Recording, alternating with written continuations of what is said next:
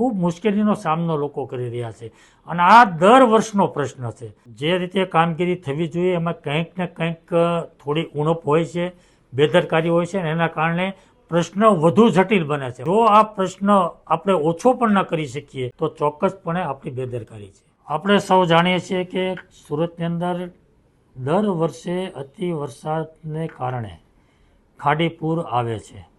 લાખો લોકો સુરત શહેરના પ્રભાવિત થાય છે અને ખાડી પૂરમાંથી કેવી રીતે બચી શકાય એનું પ્લાનિંગ ઉદ્યોગપતિ શ્રી મથુરભાઈ સવાણીએ આપ્યું છે અને એ પત્ર એણે મને પણ મોકલ્યો છે. પત્ર વાંચ્યા પછી મને એવું લાગે છે કે જો આ પ્લાનિંગ પ્રમાણે કામ થાય અને શક્ય હોય તો ખાડીપુરનો જો પ્રશ્ન હલ થતો હોય તો વહીવટી તંત્રએ તાત્કાલિક ધોરણે આને સર્વે કરાવવું જોઈએ અને સર્વે કર્યા પછી જો આ વાત યોગ્ય લાગતી હોય અને ખાડીનો પ્રશ્ન હલ થતો હોય તો હું માનું છું કે યુદ્ધના ધોરણે આ કામ હાથ પર લઈ અને લાખો લોકોને જે પ્રભાવિત થઈ રહ્યા છે એને એમાંથી મુક્તિ આપવી જોઈએ. લાખો લોકો પ્રભાવિત થાય છે, અતિ મુશ્કેલી, ખૂબ મુશ્કેલીનો સામનો લોકો કરી રહ્યા છે અને આ દર વર્ષનો પ્રશ્ન છે અને એટલા માટે આ પ્રશ્ન હલ કરવા માટેના પ્રયાસો વહીવટી તંત્રએ કરવા જોઈએ.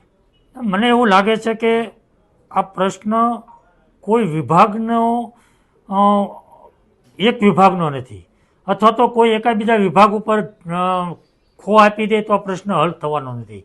આ પ્રશ્ન હલ કરવા માટે એક ચોક્કસ પ્રકારની કામગીરી કરવી પડે.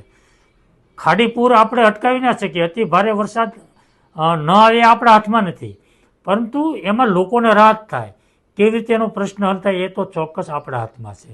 અને એટલા માટે ચોમાસા પહેલાંની જે કામગીરી હોય એ ખાડી ડ્રેજિંગની હોય, સફાઈની વાત હોય, પ્રી મોન્સૂનની જે કંઈ કામગીરી કરવાની હોય એ જો ચોક્કસ થતી હોય તો 100% રાહત થઈ શકે.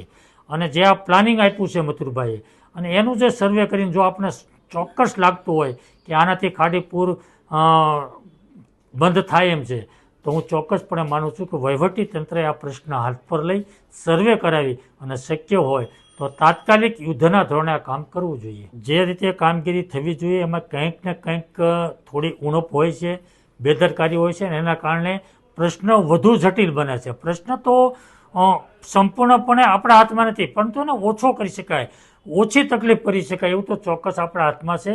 અને જો આ પ્રશ્ન આપણે ઓછો પણ ન કરી શકીએ, યોગ્ય કામગીરી આપણે ચોમાસા પૂર્વે ન કરીએ તો ચોક્કસપણે આપણી બેદરકારી છે. અમારી તમામ માહિતીથી અપડેટેડ રહેવા માટે જોડાયેલા રહો ત્રિશુલ ન્યૂઝ સાથે.